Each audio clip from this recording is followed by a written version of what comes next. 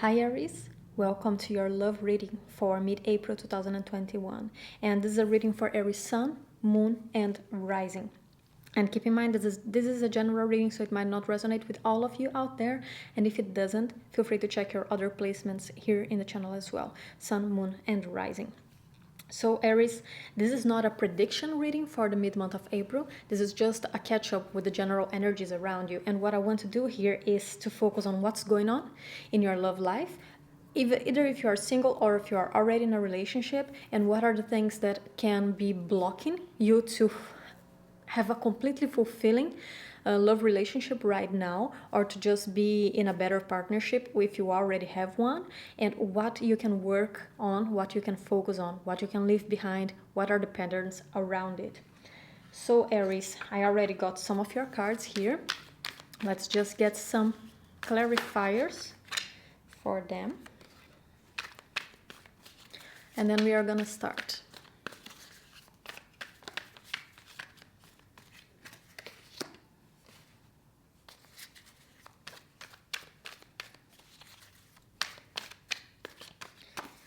So, love reading for Aries Sun, Moon, and Rising, mid-April 2021. Let's see what is going on. Okay, interesting, Aries. So there is a lot of uncertainty right now. Either if you are single or if you are in a relationship, I see this transition period because we open up with the Six of Cups here. This is giving me the message of a few things. Either some attachment to the past, to something that was. Actually, most likely because we have the Temperance right next to it. So especially for those of you who have come out of a connection, who came out of a relationship, this can be a transition of still being attached to that past, being attached to what was, being attached to the attachment that you had. This is a strong message that coming to me. You know, sometimes we aren't necessarily attached to a person specifically. Many times we are attached to the attachment that we had of them. We can put so much energy in someone in our lives at moments that when they leave, it leaves a space. It leaves a space of where can I spend my energy on right now? Where can I spend my mental energy? Especially if this was a connection in which you were struggling. And this is more of a message for singles here, okay? This is what is coming to my mind first, but I will also talk about people who are already in a relationship and who are happy in it. But especially for those who came out of a relationship here, I see this moment of adaptation, of learning how to place your mental energy, your emotional energy in other things that are more fulfilling for you. But we have the Temperance here right after it. So there is this transition process going on. It's not always easy to adapt. It's not always easy to find out what can we do with so much energy right now. And yeah, this is common. This is actually reminding me of a personal story of my own, because I did have this in the past of coming out of a relationship and having struggled so much in it that suddenly I didn't know where to spend my energy on anymore. And I just had so much time. I just had so much peace of mind that I was not used to having, that I had to stop myself and think, okay, what do I want to accomplish with it right now? Where can I employ this energy? Where can I employ my time? And then find more fulfilling ways of spending my days. Sometimes we do get attached to that. Sometimes we almost get addicted to the chaos, to the chaos that someone brings into our lives. And I'm getting this strong message here for some of you, Aries, that probably you were connected with someone who were adding so much chaos to your life that now that they are not in there anymore, there's almost an addiction to that chaos. And this addiction leads to uncertainty with the moon. And for some of you, this might not even be a chaotic situation. It might just be someone in the past that you're still working on letting go of. But that Temperance seems to be leading you to a place of uncertainty here with the moon. And we don't always see a clear path under the moonlight. So imagine if you go out at day, during the day, the sun just illuminates everything. I always use this analogy here, but the sun illuminates everything. You just see clearly in front of you. But the moon is that very dim light. It doesn't illuminate everything. You see shadows. You can still move in a way that is safe, but you might not feel that it is that safe because you're just seeing shadows. You're not seeing the clear path. And I think that for a lot of you, you are still in this temperance. I'm saying this is a timeline of something that you came from, somewhere where you are at, and then where you're walking towards. And I think that walking towards the moon, walking towards that uncertainty, can be very stressful at moments, especially if you are someone who likes to be in control of the situations, who likes to know exactly how things will play out. And you derive a sense of safety from being in control of things. Then being in the energy of the moon can be very scary because the moon is a card of Pisces, which is a mutable sign. It's all about liberation. It's all about letting go. So especially if you have strong placements in fixed signs, this can be even harder for you. So if you have strong placements in either Taurus, Leo, Scorpio, or Aquarius, for those of you who don't know what a fixed sign is, those are the fixed signs. So if you have strong placements in those signs, it can be even harder to go into this moon because there is a need to control. There is a need to know exactly where you're going. But the moon asks us, the moon, as I said, is a card of Pisces, is a card ruled by Neptune and also by Jupiter, is about faith. So when we go under the moon, it's about faith. Because also in the tarot, the moon comes right after the star card, which is where we find out that inner faith. And that light is enough to guide us. We have trust in ourselves.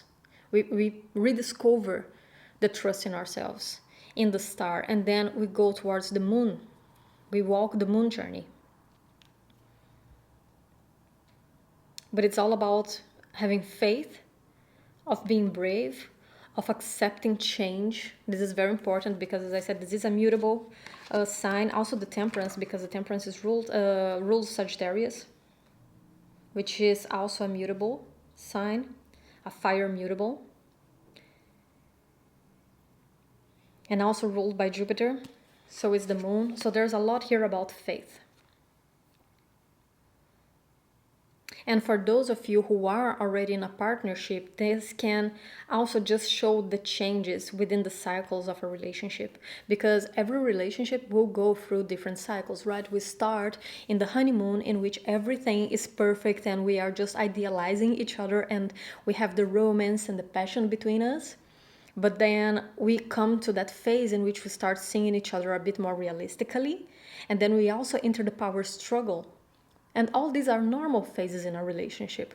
But sometimes if we come from a strong cycle of idealization or romance and passion of seeing each other as if we are perfect, and yeah, it can be hard to accept the new phase of a relationship.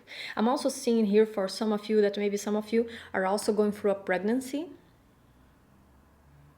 For some reason, this moon here is giving me the vibes of birth.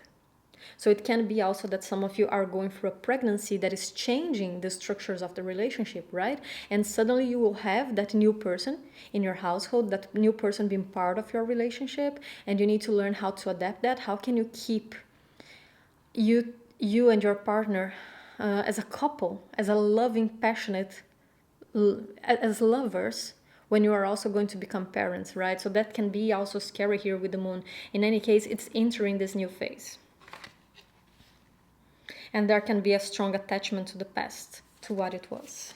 So some few messages here, but definitely change in the cycles of relationships, either if you're coming from a connection and becoming single, or if you are in a connection that you're moving towards a different phase in that relationship. For instance, as I said, moving to the power struggle phase, or if you are going to have a kid in the house. So let's see. Yes. So clarifying the Six of Cups, we have the High Priestess. And I think that this is I really love seeing the High Priestess here because she's also ruled by Neptune. She's also a Piscean card. So is the Moon.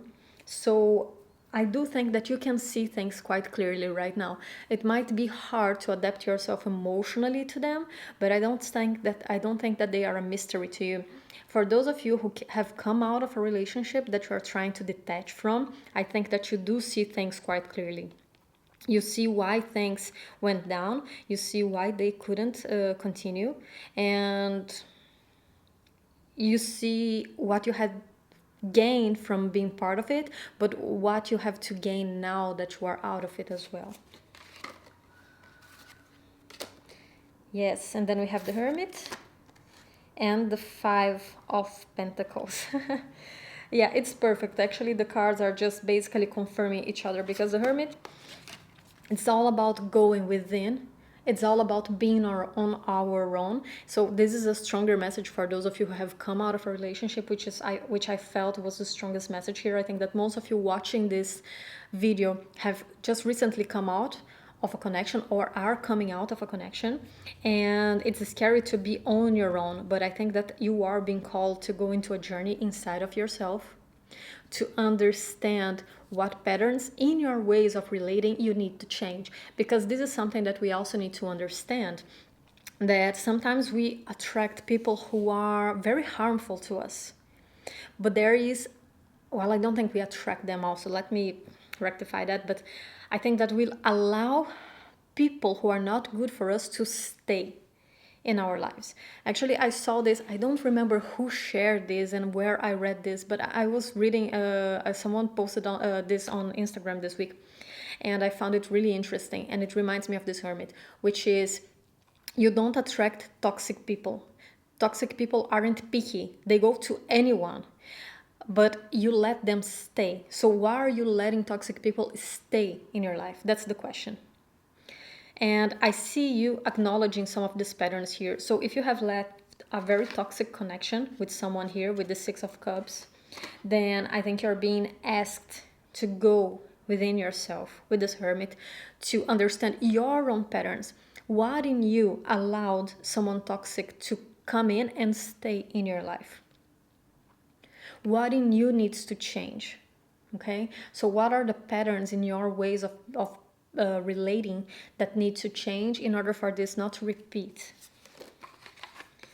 And under the moon, which I said it was all about that worriness, we have the Five of Pentacles, which is called worry in this tarot.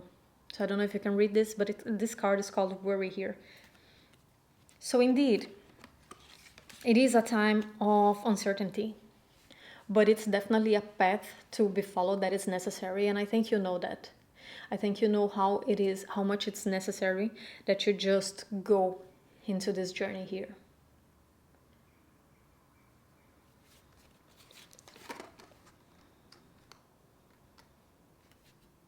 Now let's take a look at what you need to let go of in order to better adapt to the cycle.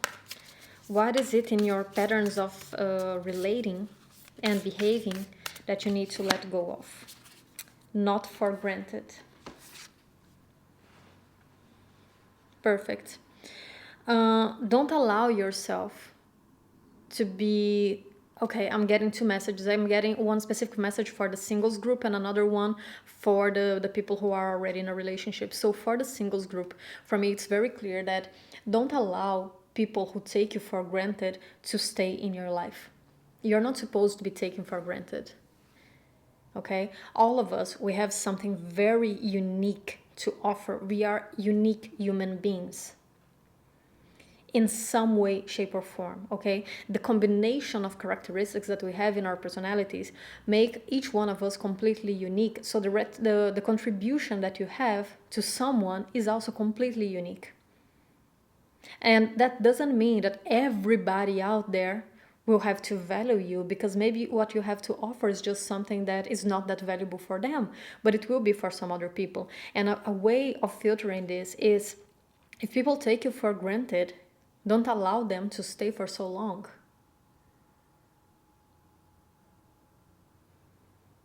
Okay, save that space for people who completely accept and value your own unique contribution to their lives.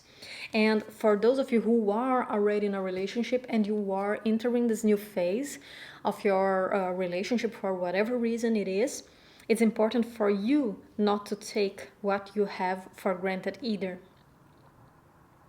Because sometimes when we are, especially if we are already in a relationship for many years, if you have been in a very long relationship, then you know that after some years you start taking each other for granted. And that's also dangerous. It's important to keep that mentality of discovery alive, of discovering each other. So let's just get now some... No, I actually don't want this one. Not this one. So let's just get a final advice for you here. And we are gonna close off because I want to make these readings, these mid-month readings, short for you. Voyage. Beautiful. And again, we keep having these messages of going on a journey, right? With the moon. Of going on a journey, of stepping into the unknown. That is a very clear message here. So yeah, this is just confirming to us what I have been saying here. But what I what I really love about this image is this. I do see you as the little whale here. And this little whale is being carried by a bigger whale. So this gives me the message of count on the people who are around you, the people you can trust. So your friends, your very close friends, you know, that one friend that you know will always have your back. And if you're just going through this new phase in your relationship, I also see this person as someone external, not necessarily your partner, but it's almost like you are in a moment in which you can allow yourself to be carried by someone else. It might be too much for you to deal with right now, so count on the people around you. You can count on their help. You can count on their support. You can count on their strength if you don't feel so strong yourself. Okay, Aries? So this is all I have for you for this mid-month, and I hope you enjoyed. And if you like this video, please subscribe and give a like down below. When you give a like to this video, it really helps the video to gain more visibility on YouTube. So I'll see you next time. Take care and bye-bye.